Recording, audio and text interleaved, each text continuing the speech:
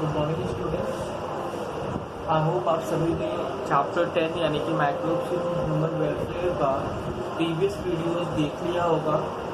ठीक है, now we are going to start our new topic that the role of microbes in human body as well as we will discuss that the role of microbes to control the pest and different kind of diseases. ठीक है, so first of all, the role of microbes in the human body. As we know that there are a lot of microbes, lot of bacteria which present in the different parts of the body, even on the skin, etc.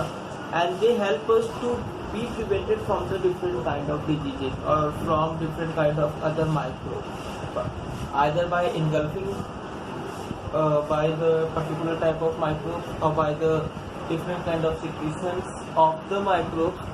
They help us to be protected from the other microbes or other disease causing substances and even from the other diseases. Just like in the stomach part, streptococcus and staphylococcus are the bacterium which are present, which releases certain substances and make the medium to the neutral so that the digestion process can be continued as it is. Similarly, Enterobacteriaceae is the type of bacteria which present in the intestine, okay, and help to digest the food and help in the absorption of the food. Again, the bacterium present in the stomach can survive in the acidic medium, while the bacterium present in the intestine can survive in the basic medium as well. Okay, so these are the certain bacteria that are used in that are found in our body parts. Now, the viruses and bacteria are also used in recombinant DNA technology or RDT as a vector, or they are used to transfer the genetic material from one cell to another cell, or also for the multiplication of the desired portion of the DNA. For such kind of processes, the bacteria and viruses are used in RDT. Again, the microbes as the biofertilizers. There are a lot of microbes जिन्हें हम biofertilizers की तरह use करते हैं. So first of all, biofertilizers are the substances which are used to increase the nutritional quality of the food of the soil. ठीक है, biofertilizers जो है हमारी soil की न्यूट्रिशनल क्वांटिटी को स्पेशली नाइट्रोजन या फॉस्फोरस या अदर सब्सटेंसेस के कॉन्सेप्ट में यूज किए जाते हैं, सो दैट कि ग्रोइंग क्रॉप को नाइट्रोजन या अदर चीज़ों का कोई भी डिफिशियंसी ना होने पाए.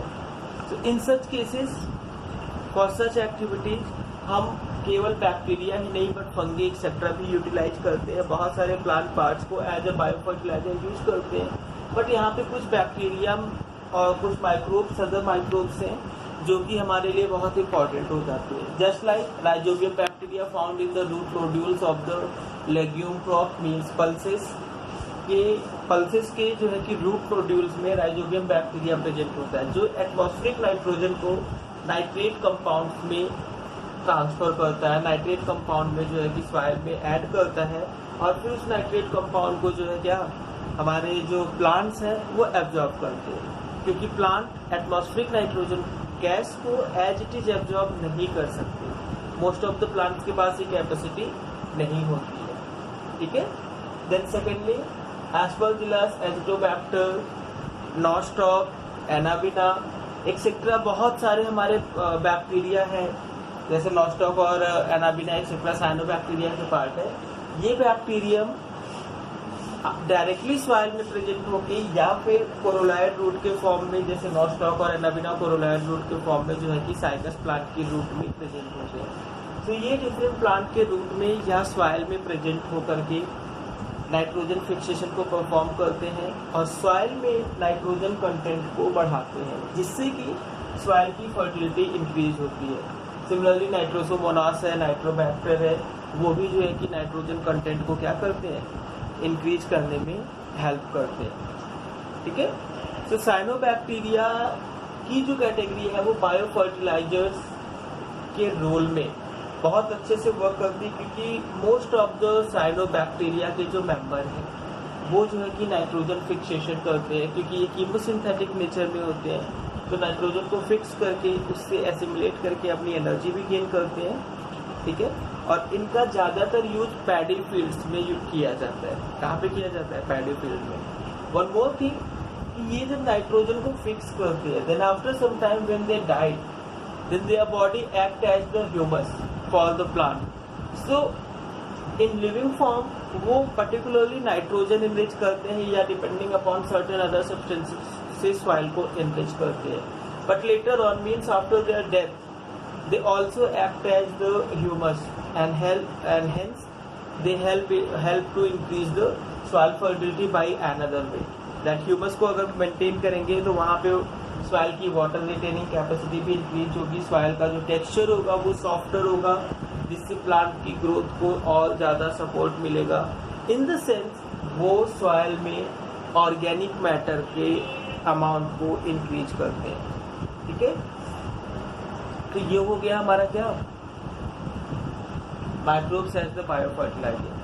Again microbes are also used to control certain pest and diseases. Just like हमने पढ़ा है एंटीबॉडीज अगर कहीं पे होगा, एंटीबायोटिक्स होंगे तो वहाँ पे बैक्टीरिया की ग्रोथ नहीं हो सकती। वहाँ पे क्या है, बैक्टीरिया की ग्रोथ नहीं हो सकती। तो अगर हम एंटीबायोटिक्स का यानी कि सर्टेन फंगल या बैक्टीरियल सिक्रीशंस का यूटिलाइजेशन करते हैं तो हम सर्टेन बैक्टीरियल डिजीजेस को रोक सकते हैं बाय स्टॉपिंग द बैक्टीरिया। यानी कि बैक्टीरियल डिजीज को स्टॉप करने के लिए भी क्या है, हमारा केमिकल सब्सटेंसेस यूज किए जा रहे हैं। अगेन हमें एक कॉमन शायद आपने ऑब्जर्व किया हो दैट अगर जैसे फूड आइटम को आपने छोड़ दिया और आप चाहते थे वहाँ पे फंगी ग्रो कराना, so you have to use the antibiotics. क्योंकि अगर कहीं पे पहले बैक्टीरिया ग्रो हो गया तो वहाँ पे फंगी की ग्रोथ के चांसेस सीधे 0% हो जाते हैं। बहुत रेयर केसेज है कि बैक्टीरिया और फंगी दोनों एक साथ ग्रो कर जाए other than as a lichen. Otherwise normal cases में अगर पर्टिकुलरली कोई फंगी ही ग्रो कराना है तो वहाँ पे अगर पहले बैक्टीरिया ग्रो हो गया, जैसे कि आप आगे फंगल कल्चर वगैरह पढ़ेंगे, तो वहाँ पे जो कि क्या है, फिर आपको पेनिसिलिन या कोई अदर एंटीबायोटिक इनिशियल टाइम में ही यूज करना पड़ेगा। सो माइक्रोब्स जो है कि डिफरेंट अदर पेस्ट या डिजीजेस को रोकने में भी यूज होते हैं। सिमिलरली आपने पढ़ा था बीटी कॉटन या BT brinjal etcetera. Actually the BT species, BT stand for bacillus species of the bacterium. So BT cotton का मतलब है कि जो बैसिलस स्पीसीज है बैक्टीरिया की, ये जब इंसर्ट की जाती है तो ये एक टॉक्सिन रिलीज करती है। The toxin paralyzes the gut region of the insect. Certain insect के gut region को ये क्या कर देता है, अपने टॉक्सिन की हेल्प से वो उसे पैरालाइज कर देता है, तो वो इंसेक्ट डाई कर जाता है ड्यू टू हंगर, ठीक है। तो यहाँ पे क्या हुआ, यहाँ पे एक बैक्टीरियम ने हमें पेस्ट को कंट्रोल करने में, डिफरेंट इंसेक्ट को कंट्रोल करने में भी क्या किया, हेल्प किया। सो बीटी के प्रोडक्ट जो है कि वो क्या है, इंसेक्ट फ्री हो जाते हैं एक तरीके से, या फिर उनमें कीड़े मकोड़े नहीं लगते हैं तो वो ज़्यादा प्रोटेक्टिव हो जाते हैं। सिमिलरली ट्राइकोडर्मा एक फंगस है जो कि प्लांट पैथोजन को कंट्रोल करने में यूज किया जाता है। वैसे ट्राइकोडर्मा की कुछ स्पीसीज हमें रिंगवर्म क्रिएट करती है, बट स्टिल ट्राइकोडर्मा की अदर बहुत सारी स्पीसीज हैं जो कि क्या की जाती है, प्लांट में पैथोजन के इन्फेक्शन को रोकने में हेल्प करती है। अगेन बैकुलोवायरसेस जो कि इंसेक्ट और आर्थ्रोपोड्स पर अटैक करते हैं, ठीक है। और ये जो है कि पैथोजेंस ऑफ इंसेक्ट और अदर आर्थ्रोपोड्स है, ज़्यादातर बायोलॉजिकल कंट्रोल एजेंट्स की तरह यूज किए जाते हैं। ज़्यादातर क्या है, बायोलॉजिकल एजेंट की तरह यूज किए जाते हैं फॉर कंट्रोलिंग द इंसेक्ट्स, ठीक है। ये न्यूक्लियो पॉलीहेड्रोवायरस के जीनस कैटेगरी से जो है कि बिलोंग करता है। बैक्लोवायरस किससे, न्यूक्लियो पॉलीहेड्रो वायरस की फैमिली से क्या करता है, उसके जीनस से बिलोंग करता है, ठीक है। And it was demonstrated by there is no negative impact of these baculoviruses on other plants and animals etcetera. ये केवल पर्टिकुलर माइक्रोब्स को किल करते हैं और पर्टिकुलर इंसेक्ट्स को किल करते हैं जिनके लिए इन्हें यूज किया जाता है, ठीक है। सो डिफरेंट वर्क आपने देखा कि यहाँ पे क्या है, इस तरीके से डिफरेंट माइक्रोब्स को या अदर चीज़ों को हम यूज करते हैं अपने डिफरेंट प्रोसेसेस के लिए. Now we are going to discuss some important questions of the same chapter. I hope वैसे तो ज़्यादातर के आंसर्स हमने डिस्कस कर लिए हैं. Just like there is a question, the vitamin whose content increases following the conversion of milk into curd by the lactic acid bacteria is. lactic acid bacteria जो है वो विटामिन B12 के क्या करता है, कंटेंट को इंक्रीज करता है. कंटेंट को क्या करता है, इंक्रीज करता है हमारे मिल्क में during the curdling of the milk. ठीक है. The next question, the waste water treatment generates a large quantity of sludge which can be treated by anaerobic digestion, flow chemicals और ऑक्सीडेशन बॉन्ड. सो हमने ये भी discuss किया था that sewage treatment में जो स्लज क्रिएट होता है हम उसे एनारोबिक डाइजेशन की हेल्प से क्या करते हैं, उसे डाइजेस्ट करते हैं. Then methanogens bacteria are not found in lumen of cattle, गोबर gas plant, bottom of the waterlogged paddy fields and activated sludge. So methanogens bacteria, एक चीज ध्यान रखिएगा कि मिथेनोजेंस बैक्टीरिया पैडी फील्ड में भी मिलता है. और हमें पता है कि हम गोबर गैस प्लांट में मिथेनोजेंस बैक्टीरिया हमारा सबसे इम्पोर्टेंट पार्ट है. और इसके लिए काउ डंग इम्पोर्टेंट होता है because cow dung contain the methanogens bacteria. So methanogens bacteria किन में नहीं मिलता है, तो ह्यूमन ऑफ कैटल यानी कि उनका स्टमक पार्ट है ऑब्वियसली प्रेजेंट होगा. गोबर गैस प्लांट ऑब्वियसली वो पूरा का पूरा मिथेनोजेंस बैक्टीरिया की एक्टिविटी पे ही बेस्ड होता है तो वहाँ पे वो ऑब्वियसली प्रेजेंट होगा. Then bottom of the waterlogged paddy fields में हमने बोला कि बॉटम पे क्योंकि फील्ड में प्रेजेंट है तो उसकी बॉटम में ही हमें मिलेगा. The last one is the activated sludge. Activated sludge is the correct answer क्योंकि एक्टिवेटेड स्लज कंटेन फ्लॉक्स. ये मिथेनोजेंस बैक्टीरिया नहीं कंटेन करता है. जब हम एनारोबिक डाइजेशन में जाते हैं तो एनारोबिक डाइजेशन में हमारा जो है कि मीथेन फॉर्म होता है. तो यहाँ पे एक्टिवेटेड स्लज दिया हुआ है तो करेक्ट आंसर हमारा क्या है, एक्टिवेटेड स्लज है. ठीक है. ये एरोबिक बैक्टीरिया को कंटेन करता है.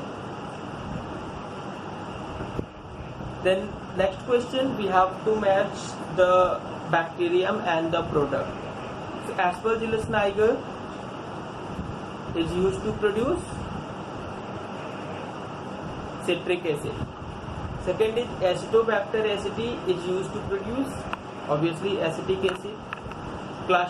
Clostridium species for the butyric acid and Lactobacillus for the lactic acid. So these are the certain questions, certain points that we discussed. I hope